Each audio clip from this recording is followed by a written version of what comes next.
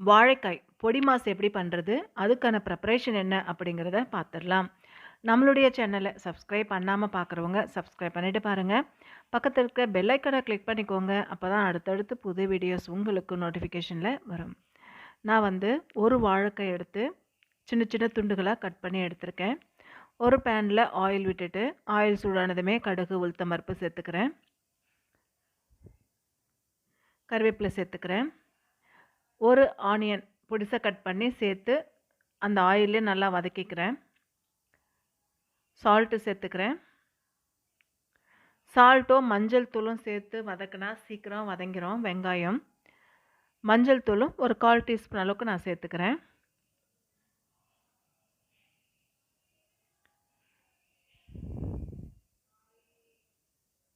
தக்காளி ஒரு தக்காளி நான் பொடிசாக கட் பண்ணியிருக்கேன், சேர்த்துக்கிறேன். மஞ்சள் தூளும் சால்ட்டும் சேர்த்தா சீக்கிரம் வெங்காயம் தக்காளி வதங்கிடும். இப்போ மஞ்சள் தூள் கொஞ்சம் சேர்த்துக்கிறேன்.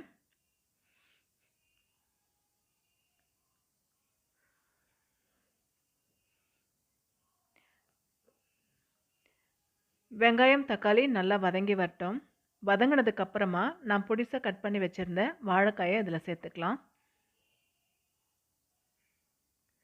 இது சீக்கிரமாக வெந்துடும். ஒரு 5 மினிட்ஸ் இருந்தாலே வெந்துடும். நல்லா மிக்ஸ் பண்ணிவிட்டு ஆயிலே நல்லா வதக்கிட்டு ஒரு தட்டு போட்டு மூடி வச்சிடலாம். நிறைய தண்ணி ஊற்ற தேவையில்லை, சும்மா தண்ணி தெளித்தா போதும். தண்ணி தெளிச்சுட்டு மூடி வச்சிடலாம்.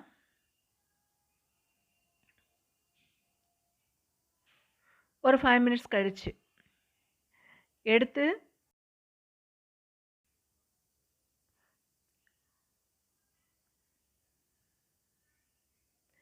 இப்போது ரெட் சில்லி பவுட்ரு 1 டீஸ்பூன் அளவுக்கு நான் சேர்த்துக்கிறேன்.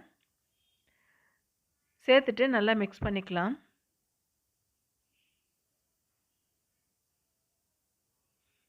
இப்போ ஒரு 2 மினிட்ஸ் நம்ம வந்து தட்டு போட்டு மூடி வச்சிட்டோம்னா வாழைக்காய் பொடி மாஸ் ரெடி ஆகிடும்.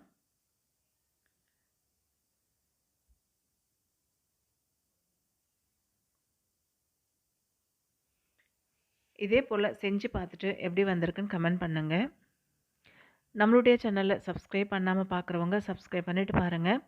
பக்கத்தில் இருக்கிற பெல் ஐக்கானை கிளிக் பண்ணிக்கோங்க. அப்போ தான் அடுத்தடுத்து புது வீடியோஸ் உங்களுக்கு நோட்டிஃபிகேஷனில் வரும். சூப்பராக வாழைக்காய் வறுவல் ரெடி ஆகிடுச்சு. நல்லா வெந்து வந்துருச்சு பாருங்கள்.